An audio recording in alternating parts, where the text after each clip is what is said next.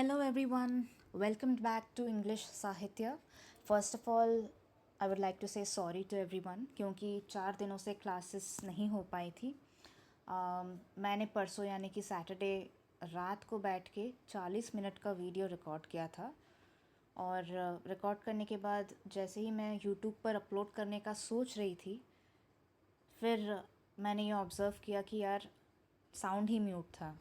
मतलब इतने देर से जो मैं क्वेश्चन का आंसर दे के एक्सप्लेनेशन देकर बकबक की जा रही थी, वो कुछ रिकॉर्ड ही नहीं हो पाया. फिर मैंने सोचा कि चलो छोड़ो, नेक्स्ट डे यानी कि संडे रिकॉर्ड करते हैं. बट अनफॉर्चुनेटली कल पूरा दिन भर मेरा माइग्रेन हेडेक हो रहा था, तो आई कुडंट रिकॉर्ड. इसीलिए आज बैठकर मैं 4-5 दिनों बाद क्लास कर रही हूँ कॉम्पनसेशन के तौर पर, क्योंकि मैं हर दिन मैक्स 10 to 15 क्वेश्चंस करवाती थी. सो आज मैं जितने ज़्यादा क्वेश्चंस हो सकें उतना ज़्यादा करवाऊँगी. तो चलिए let's begin without making any further delay. पिछले वीडियो में हमने क्वेश्चन नंबर 36 तक किया था. आप देख सकते हैं क्वेश्चन अगर आपको याद होगा तो. सो आज हम कंटिन्यू करेंगे 37th क्वेश्चन से. Okay, so let's begin. Which of the following is not associated with high modernism in the novel? Option A, stream of consciousness. B, free indirect style. C, irresolute open endings. D, narrative realism. Your time starts now. आपको answer आता है तो comment section में comment करते रहिएगा along with the question number. Otherwise सिर्फ option लिख देंगे तो फिर कन्फ्यूजन रहती है ना कि किस क्वेश्चन का आपने आंसर दिया है. अच्छा, तो आपने क्वेश्चन अच्छे से पढ़ा है तो इस क्वेश्चन से और भी 1-2 क्वेश्चंस बन सकते हैं. हमेशा एग्जामिनर पॉइंट ऑफ व्यू से पढ़िएगा, क्योंकि एक क्वेश्चन से 2-3 क्वेश्चंस बनती हैं. सो इसमें भी अगर मैं पूछूं व्हाट इज़ मॉडर्निज्म, कोई बता सकता है तो बिल्कुल कमेंट सेक्शन में लिखकर बताइए. उससे क्या होगा कि ऑप्शंस एलिमिनेट करने में इजी होगा और आपको कॉन्सेप्ट भी याद रहेगा, साथ में क्लियर भी रहेगा. So what is modernism?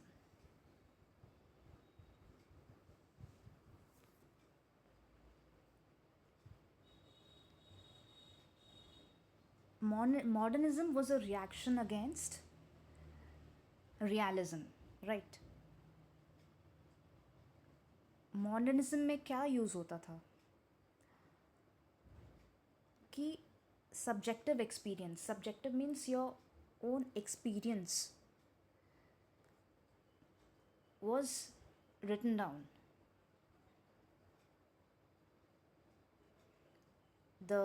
With the use of the narrative techniques like what? What narrative techniques were used by the modernists? Stream of consciousness, free indirect style,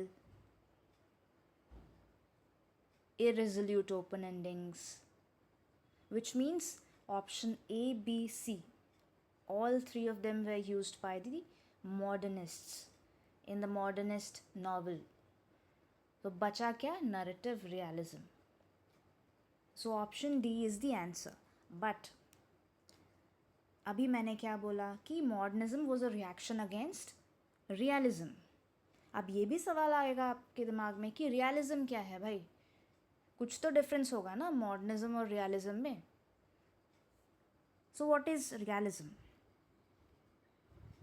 realism, the word real means what? Unfiltered, raw emotions were written down, okay, by the writers. It focused on everyday life, people and social issues. जो जैसा है वैसा ही लिखा जाए उसको real बोलते हैं, right? No filter use करना, एकदम रॉ लैंग्वेज में लिखना, दैट वाज रियलिज्म. उसको शुगर कोट करके नहीं लिखा जाता था, रोमांटिसाइज करके नहीं लिखा जाता था. That was that's what realism was. Okay.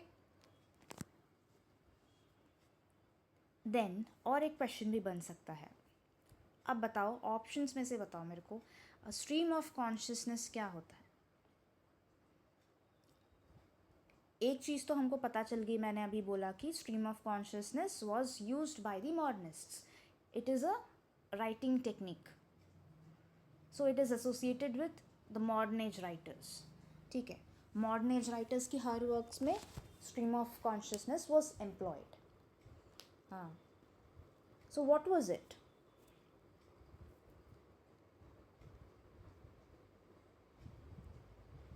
Stream of consciousness was a popularized writing technique. क्योंकि बहुत लोगों ने नाम सुना होगा स्ट्रीम ऑफ कॉन्शियसनेस का. उसमें क्या होता है, हमारे इनर थॉट्स को हमें विदाउट पॉज लिए लिखते जाना है. हमको ये नहीं सोचना कि यार ये इसके आगे आएगा, ये गड़बड़ हो गया है, ऐसा नहीं सोचना चाहिए था, ऐसा नहीं लिखना चाहिए था, यहाँ पे ग्रामेटिकल मिस्टेक हो गया. हमें कुछ नहीं सोचना, एकदम raw, unfiltered, without taking a pause. You just have to note down everything that comes to your mind. Those are your inner thoughts. ठीक है. अब मैंने जो लेमन लैंग्वेज में इतना सब एक्सप्लेन किया, तो आपको समझ में आया होगा. फिर बताओ मुझे कि नैरेटिव रियलिज्म से क्या समझ आता है आपको, क्योंकि इस क्वेश्चन का आंसर तो मैंने बता दिया. Option D, narrative realism was not associated with modernism, क्योंकि बाकी सब option A, B, C were associated with modernists, right. What is narrative realism. Narrative realism was used by Victorian age writers. ठीक है, बाकी की तीन options were used by modern age writers. Narrative realism alone was used by Victorian age writers. उसमें क्या होता था, again realism है यहाँ पे, है ना. नैरेटिव मतलब आप बता रहे हो, realism means reality, so depicting reality. In layman's language we can describe it as depicting reality. What reality, जो भी सोसाइटी में जो भी क्राइम सीन्स चल रही हैं, या फिर कोई अमीर है, कोई गरीब है. विक्टोरियन एरा के कॉन्सेप्ट्स तो यही होती थी ना, मोरल वैल्यूज़ पे जाना. फिर class system, elite class, poor class, वो सब था. क्राइम रेट्स बढ़ गई थी, वो सब डिपिक्ट करना. सो जो जैसा सोसाइटी में हो रहा है, whatever is happening around you, you have to depict it without filtering anything. ठीक है. अब डेफिनेशन को सुन के आपको स्ट्रीम ऑफ कॉन्शियसनेस और नैरेटिव रियलिज्म के बीच थोड़ा बहुत तो सिमिलैरिटी लग ही रहा होगा, कि दोनों में ही रियलिटी को डिपिक्ट करना है अनफिल्टर्ड फॉर्म में, without sugar coating, without romanticising. फिर डिफरेंस क्या है इनमें.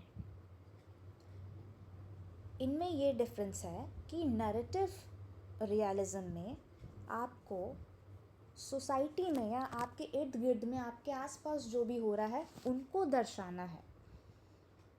जबकि स्ट्रीम ऑफ कॉन्शियसनेस में आपके दिमाग में, आपके मन में जो भी चल रहा है, उसको विदाउट फिल्टर किए वो लिखना है, वो दर्शाना है लोगों को.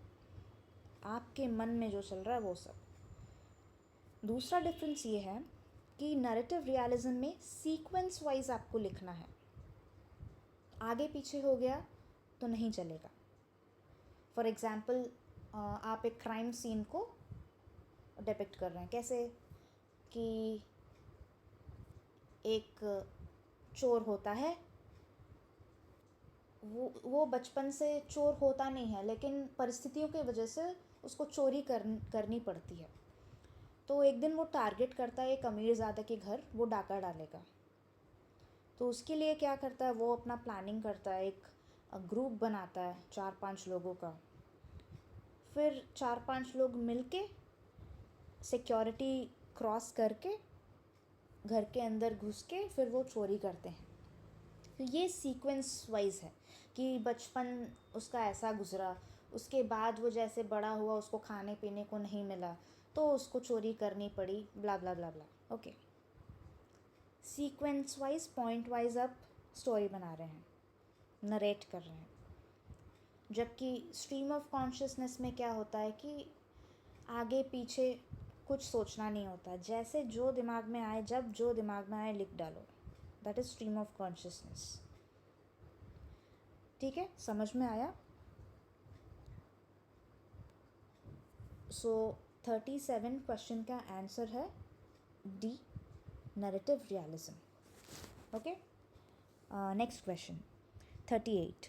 Who wrote the dystopian novel 1984, in which Newspeak demonstrates the heightened linguistic self-consciousness of modernist writers? Option A, George Orwell. B, Virginia Woolf. C, Evelyn Waugh. D, Orson Welles. Time starts now.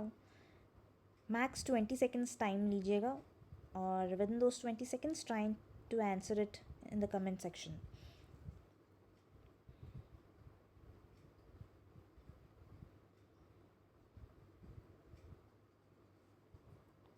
अच्छा, ये question तो simple है। Okay, 1984 का author कौन है, but उसके पहले एक टर्म यूज़ किया गया है, डिस्टोपियन। क्या होता है dystopian? Anybody?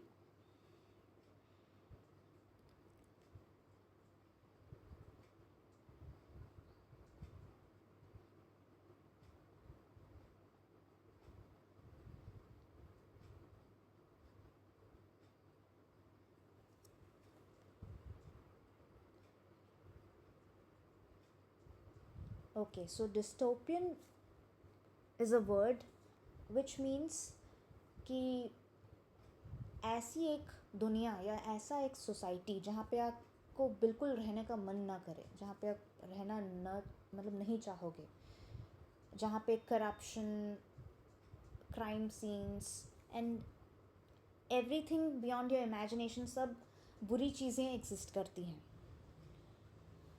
So that's a dystopian society.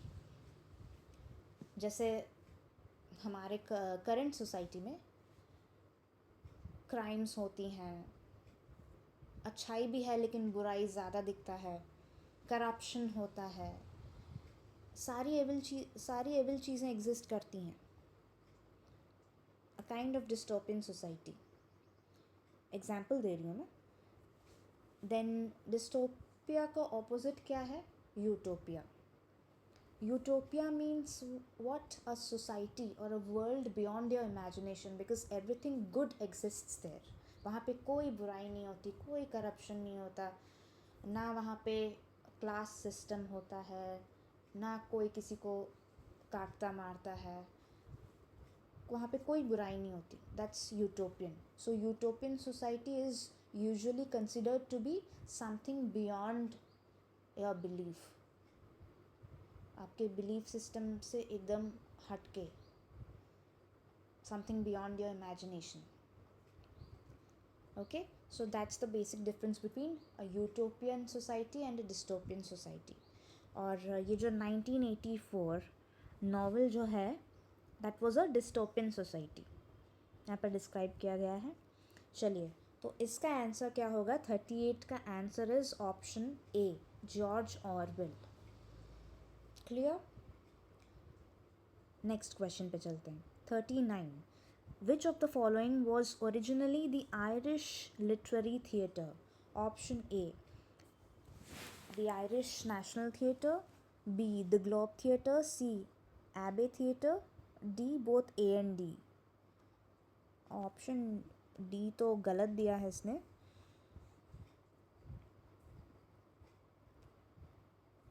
बहुत ए एंड डी क्या होता है? डी का तो कुछ दिया ही नहीं है ना। तो चलिए ए बी सी के अंदर बताइए मुझे। आप आंसर बताइए, उसमें मैं उसके अंदर मैं प्रीवियस क्वेश्चंस के आंसर अंडरलाइन कर लेती हूँ।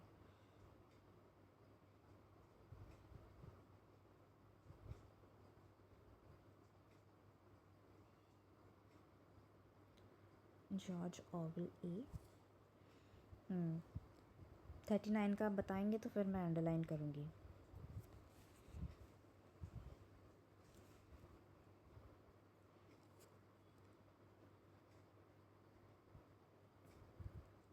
चलिए, time's up. So the answer to question 39 is option C, Abbey theatre. Okay, अच्छा आप मुझे बताइए कि who were the founders of Abbey theatre?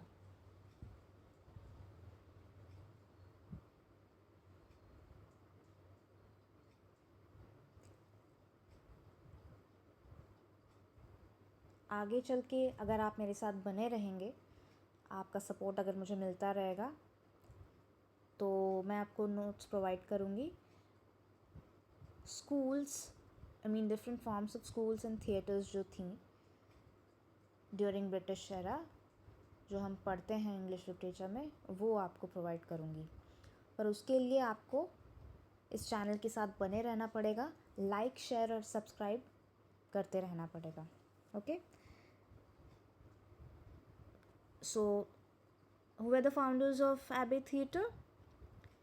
W.B. Yeats and Lady Gregory. Okay, remember, W.B. Yeats and Lady Gregory. Let's move on to the 40th question.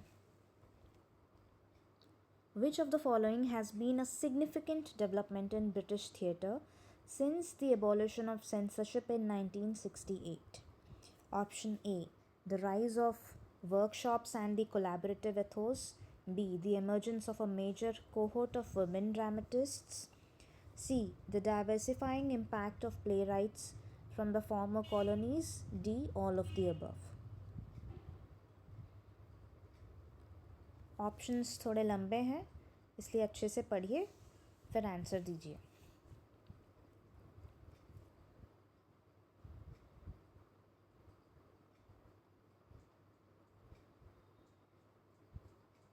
जैसे हमारे यहाँ जो फिल्में बनती हैं बॉलीवुड में हो या किसी भी रीजनल लैंग्वेज में हो, CBFC है ना, अपना central board of film certification, जो कि अगर एडल्ट मूवीज़ होती हैं या फिर मूवीज़ में कोई वायलेंट सीन होता है, स्लैंग्स यूज़ किए जाते हैं, स्लैंग्स यानी कि गाली गलौज, तो उसमें एक स्ट्रिक्ट वार्निंग देके सेंसरशिप लगा दिया जाता है, यानी कि कुछ सीन्स को कट कर दिया जाता है या फिर ब्लर किया जाता है।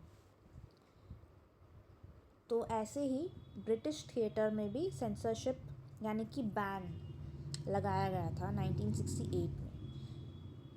सो उसके बाद क्या डेवलपमेंट्स आई ब्रिटिश थिएटर में? ऑप्शंस आई गेस आपको समझ आ ही रहा होगा। ऑप्शन ए कहता है कि जो प्ले वर्कशॉप्स होती हैं, play in the sense drama, उसमें बढ़ोतरी हुई। बी सेस कि वुमेन ड्रामेटिस्ट्स जिनको चांस नहीं मिलता था या कम चांस मिलता था, उनकी मात्रा में बढ़ोतरी हुई। They started participating as dramatists. Okay, see क्या कहता है कि ब्रिटिश कॉलोनीज़ जो थीं, वहाँ से भी प्ले राइट्स पार्टिसिपेट करने लगे। D is all of the above, ये हर चीज़ हुआ।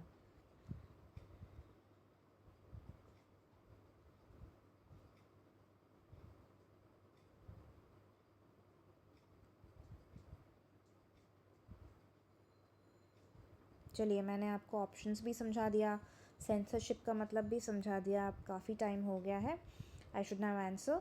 आई hope you must be answering in the comment section. Okay, so 40 का आंसर है D, option D, all of the above. Okay, so let's move on to the next question. Question number 41. What did Henry James describe as loose baggy monsters?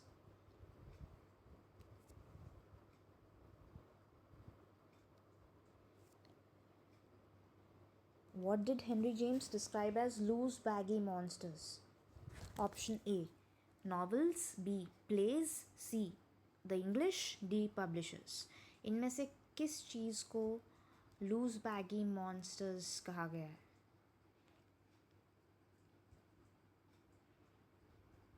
अच्छा, यहाँ पे और एक question भी बन सकता है।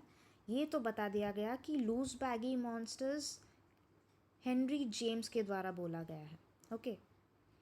बट हेनरी जेम्स ने अपने किस वर्क में लूज बैगी मॉन्स्टर्स को डिस्क्राइब किया है?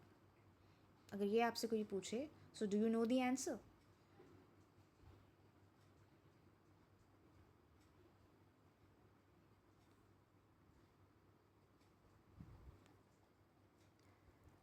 फोर्टी वन का आंसर है option A, novels. So Henry James described the novels as loose baggy monsters. कौन से वर्क में? In his work the tragic muse. Remember, tragic muse, okay.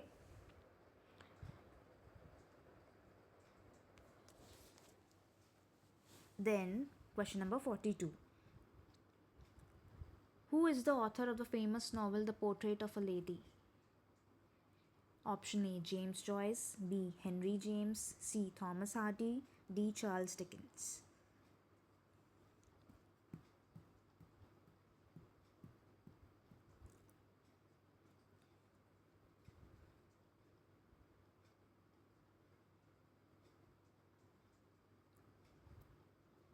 Portrait of a Lady was written by option A, option B, Henry James. Okay, option B, Henry James ने The Portrait of a Lady novel लिखा था. I got confused between James देख के, sorry. So option number B is the right answer. 43. Which of the poem of T.S. Eliot traced the sickness of modern civilization, civilization that, on the evidence of the war, preferred death or death in life to life, to the spiritual emptiness and rootlessness of modern existence? इसमें basically ये बताया गया है कि T.S.. Elliot ने कौन सा वो पोएम लिखा जो मॉडर्न एज को डिस्क्राइब करता था. Modern age was all about what? Pessimism, extreme pessimism. Pessimism is negativity. मतलब चारों तरफ उनको अंधेरा ही दिखाई देता था. There is no good things happening. उनको ये लगता था कि ना अभी कुछ अच्छा हो रहा है ना आगे कुछ अच्छा होने वाला है. और वो डिसइल्यूजनमेंट में जिया करते थे कि क्या हो रहा है, क्या नहीं हो रहा है, क्या होने वाला है. उनको कुछ समझ में नहीं आता था. The modern age writers use to employ all these themes in their works, क्योंकि उस time the 20th century world war चल रहा था, लोग मारे जा रहे थे. ओके, विक्टोरियन एरा जैसे ही आया, मतलब 20th सेंचुरी से पहले विक्टोरियन एरा से वो जो अर्बनाइजेशन, इंडस्ट्रियलाइजेशन, वो सब शुरू हो गई थी, जिससे लोगों को काम नहीं मिल रहा था. लोग भूखे मर रहे थे या फिर कुछ लोग वॉर में मर रहे हैं. ओके, और उन लोगों को कुछ भी अच्छाई दिख ही नहीं रही थी. So all of these themes were employed by the modernist writers. और टी.एस. इलियट के किस वर्क में पर्टिकुलरली ये सारी सीन्स एम्प्लॉय की गई हैं, आपसे ये पूछा जा रहा है. Which of the poem of T S. Eliot traced the sickness of modern civilisation?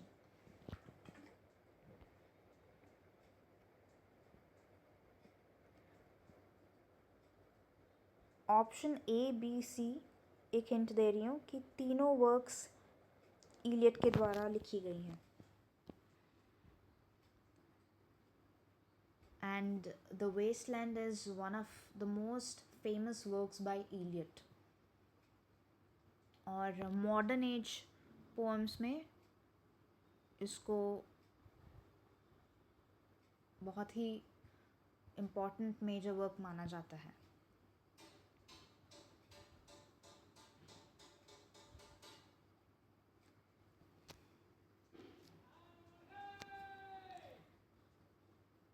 इसका आंसर है 43 का option B, the waste land. Fine. चलिए question number 44. From symbolists was derived the dash of Ezra Pound. Option A imagism, B modernism, C art for art sake, D realism. मतलब अगर simple language में मुझे explain करना हो तो इस question में ये पूछा है कि एजरा पाउंड ने सिम्बॉलिस्ट से क्या इन्फ्लुएंस होके किया था, या फिर उनको क्या, उनसे क्या डिराइव किया था.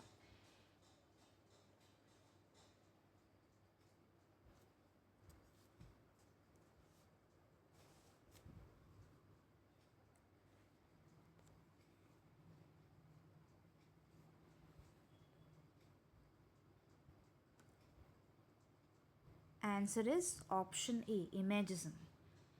Basically, Imagism was influenced by the French symbolists, and Ezra Pound Imagism की key figure है, right? समझ में आया? Okay. Let's go to the next question. 45. Modernist poetry was inaugurated by T.S. Eliot's dash. Modernism क्या है आपको अभी समझाया मैंने. And T.S. Eliot was a modern age poet. So उनका कौन सा एक पोम है वो जिससे मॉडर्निज्म की शुरुआत हुई ऐसा माना जाता है. पोम्स तो बहुत सारे लिखे हैं, उनसे पहले भी मॉडर्न एज राइटर्स ने पोम्स लिखे हैं, लेकिन ये वो वर्क है जिससे कि the beginning of modern age ऐसा कहा जाता है.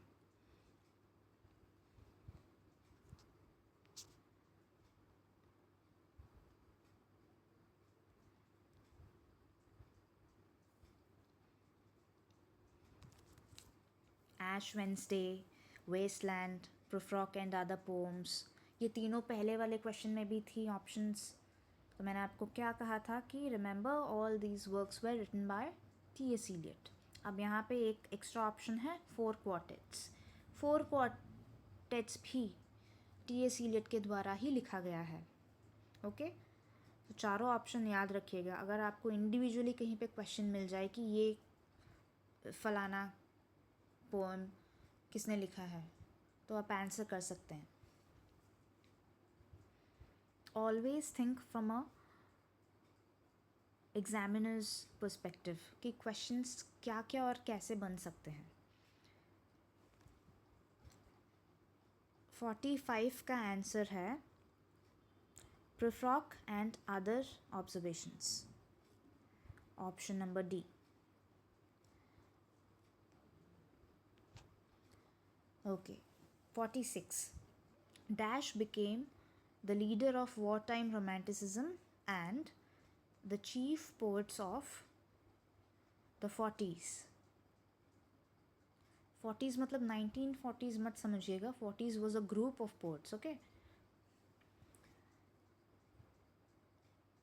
Option A, Dylan Thomas, B, Thomas Hardy, C, T.S. Eliot, D, Auden.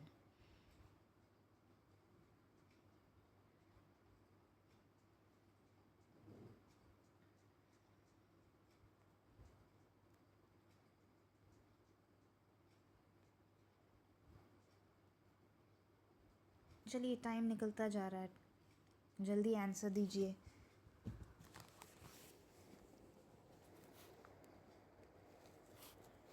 सो 46 का आंसर है option A, Dylan Thomas. Let's move on to the next question. 47. Dash became the poet laureate in 1913. Option A, Dylan Thomas, B, Thomas Hardy, C, Rudyard Kipling, D, Robert Bridges. मैंने आपको पहले भी कहा था कि poet laureate का एक list बना हुआ है, वो मैं आपको आने वाली क्लासेस में प्रोवाइड करूँगी. स्टार्टिंग से अभी तक के जो भी पोर्ट लॉरिएट्स रहे हैं, किस साल में बने, कितने साल तक रहे, who held the poet laureateship for the maximum tenure, who held it for the minimum tenure, ये सब आपको याद रखना होता है, ये भी क्वेश्चंस आते हैं। सो इसके लिए आपको मेरे साथ बने रहना पड़ेगा। And don't forget to like, share and subscribe please. Okay, so 47 का क्वेश्चन है, सॉरी 47 का आंसर है, it is option D, Robert Bridges. Simple straightforward question था, you just have to mug it up. जो मैं list provide करूँगी उसको सिर्फ आपको याद रखना है, क्योंकि इसमें और कुछ लॉजिक यूज़ नहीं कर सकते, इसमें क्या ही एक्सप्लेनेशन दें, इसमें कुछ समझाने के लिए भी नहीं है। ओके, तो चलिए question number 48। Which poet wrote these famous poems? Easter 1916, No Second Troy, and Sailing to Byzantium. Option A, Wilfred Owen, B, W.B. Yeats, C, Hopkins, D, T.S. Eliot.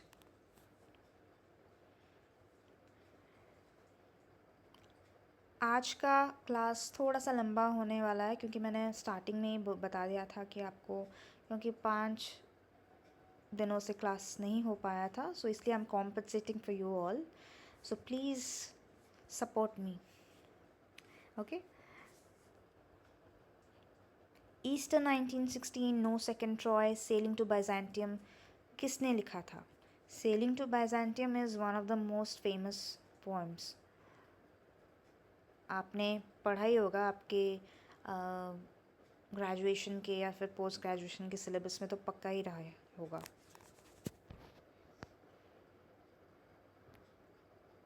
Forty 48 का आंसर है option B, W.B. Yeats। Okay, याद रहा किसने लिखा है? चलिए next question पे चलते हैं। Question number 49। Who was the author of the novel Ulysses?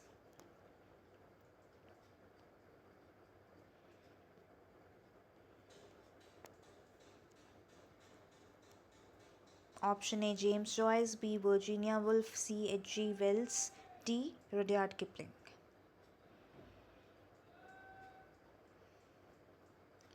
Ulysses भी बहुत फेमस वर्क है, सुना ही होगा आपने, पढ़ा भी होगा।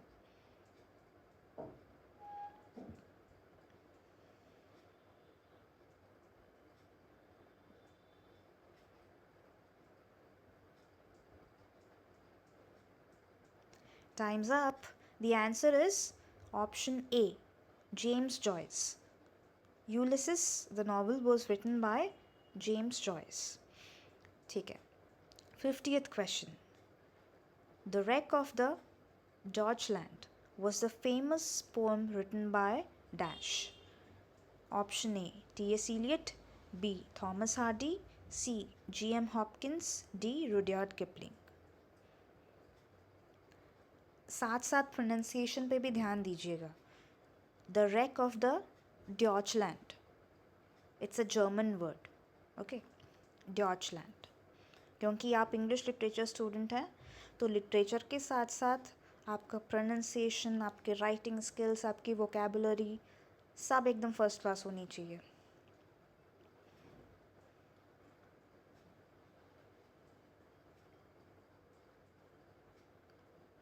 आपके वोकेबुलरी को एनहेंस करने के लिए मैं कोशिश करती हूँ कि हर दिन आपके लिए एक एक वर्ड विथ मीनिंग लाऊं। सॉरी, पिछले 2 दिन से नहीं पोस्ट कर पा रही हूँ मैं, for the reasons that I have already said. आज से फिर से पोस्ट होंगी on regular basis. Okay, word of the day, वो वर्ड्स याद रखिएगा, उसका मीनिंग समझिएगा, याद रखिएगा, क्योंकि उसी से वोकैब आपका इम्प्रूव होगा। और ये बिल्कुल मत सोचिएगा कि यार ये वर्ड तो कहीं यूज़ नहीं होता, क्यों ही पढ़ूँ, ऐसा नहीं है, कहीं भी यूज़ हो सकता है। किसी भी एग्ज़ाम में आपसे पूछा जा सकता है कि इस वर्ड का मीनिंग क्या है, क्योंकि ऐसे क्वेश्चंस बनते हैं इन टीचिंग एग्ज़ाम्स में ही नहीं, अदर एग्ज़ाम्स में भी, SSC हो, बैंकिंग हो, कोई भी एग्ज़ाम हो, जनरल इंग्लिश में ये पूछा जाता है कि ये फ़लाने वर्ड का मीनिंग क्या है। ओके, चलिए focus on this question. I hope you must have answered it. Question number 50. The Wreck of the Deutschland was written by option C, G.M. Hopkins. ठीक है, चलते हैं क्वेश्चन नंबर 51 पे. The sprung rhythm was invented by dash. Option A, T.S. Eliot, B, Thomas Hardy, C, A.E. Housman, D, Hopkins. अब literature में कुछ कुछ inventions या फिर आपको ऐसे क्वेश्चंस पूछे जाएंगे कि this term was coined by Hume. For example, जैसे आज हमने पढ़ा stream of consciousness. So the term stream of consciousness was termed by Hume. चलिए बताइए, आंसर पूछ रही हूँ मैं आपसे. ऐसे क्वेश्चंस भी आते हैं,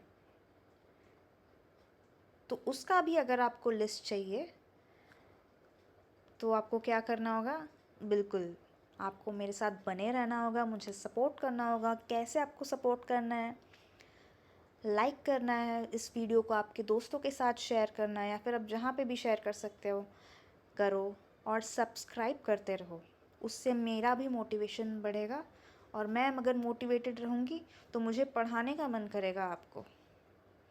ओके, मैं आपके लिए तो क्वेश्चंस ला रही हूँ कंपाइल करके, कहाँ कहाँ से अलग अलग यूनिवर्सिटीज़ के एंट्रेंस एग्ज़ाम्स के या फिर रिक्रूटमेंट एग्ज़ाम्स में जहाँ पे भी लिटरेचर के क्वेश्चंस आते हैं, मैं आपके लिए ढूंढ के ला रही हूँ. So keep me motivated. Okay, चलिए क्वेश्चन नंबर 51 का आंसर क्या है? Sprung rhythm was invented by option D, again G.M. Hopkins. इससे पहले क्वेश्चन भी आंसर वही था, अभी भी आंसर वही है. हाँ, बीच में मैंने पूछा था ना, स्ट्रीम ऑफ कॉन्शियसनेस किसने कॉइन किया था? टर्म किसने कॉइन किया था? विलियम जेम्स ने. ऐसे ही क्वेश्चंस आपके लिए लाऊंगी. Okay, last question for today. Question काफ़ी लंबा है, चलिए पढ़ते हैं. 52. The movement was a group of poets that included Kingsley Amis, Donald Davy, and Tom Gunn, whose work reacted against what seemed to them the verbal excesses of Dylan Thomas, Edith Sitwell, and others. Which poet, known for his hard-disk pessimism, is regarded as the dominant figure of the movement? Option A, Philip Larkin, B, Dylan Thomas, C, Edith Sitwell, D, Thomas Gunn. यहाँ पे आपको समझ में आया होगा कि the movement was a group. जैसे Oxford movement है, और भी अदर मूवमेंट्स हैं, अदर ग्रुप्स हैं, एंग्री यंग मैन ग्रुप. वैसे ही the movement was a group of poets. Okay, उसमें की फिगर्स कौन थे? Who all were included in that group? Kingsley Amis, Donald Davie and Tom Gunn. ये आपके इन्फॉर्मेशन के लिए क्वेश्चन में ही दे दिया गया है. सो अगर आपको पता था तो वेल एंड गुड, अगर नहीं पता है तो याद रख लीजिए, ये सब की फिगर्स थे. ऐसा भी क्वेश्चन पूछा जाता है कि द मूवमेंट ग्रुप का कौन मेंबर था और कौन नहीं था. ठीक है, 2 क्वेश्चंस बन गए यहाँ पे. फिर बताया गया कि the movement group was against the verbal excesses of Dylan Thomas, Edith Sitwell and others. ठीक है, ये आपको थर्ड रीज़न मिला. Which poet known for his hard-disk pessimism is regarded as the dominant figure of the movement? अब hard-disk pessimism क्या है? अभी कुछ देर पहले मैंने आपको समझाया था कि what was modernism all about. Modernism was pessimistic in nature, right? The modernist writers employed pessimism in their works, and Thomas Hardy is considered to be a late Victorian or early modern writer, right? अगर आपने Thomas Hardy का एक भी work पढ़ा होगा या फिर सुना होगा So you must be knowing कि he is considered as one of the most pessimistic writers you might have ever come across. मतलब इतना नेगेटिव लिखते हैं ना वो, मतलब उनके नोवेल के स्टार्टिंग से एंडिंग तक एकदम नेगेटिविटी ही negativity. There is no happy ending and there is not even happy beginning. हर चीज़ एकदम डिप्रेसिव मूड में रहता है. आप पढ़ोगे तो आपको एकदम डिप्रेशन होने लगेगा, बहुत नेगेटिव वाइब्स आती हैं. वो चीज़ है, मैं आपको सिंपल टर्म्स में एक्सप्लेन कर रही हूँ. सो वो चीज़, वो जो hard disk pessimism is that, वो चीज़ द मूवमेंट ग्रुप के किस पोएट का डोमिनेंट सिग्नेचर स्टाइल है.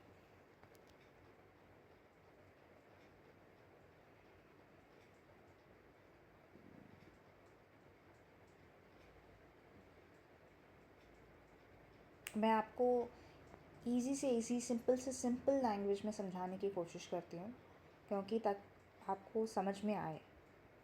सी, the teachers first thing after being a teacher is कि वो उसकी बात स्टूडेंट्स तक पहुँचे. I believe in that.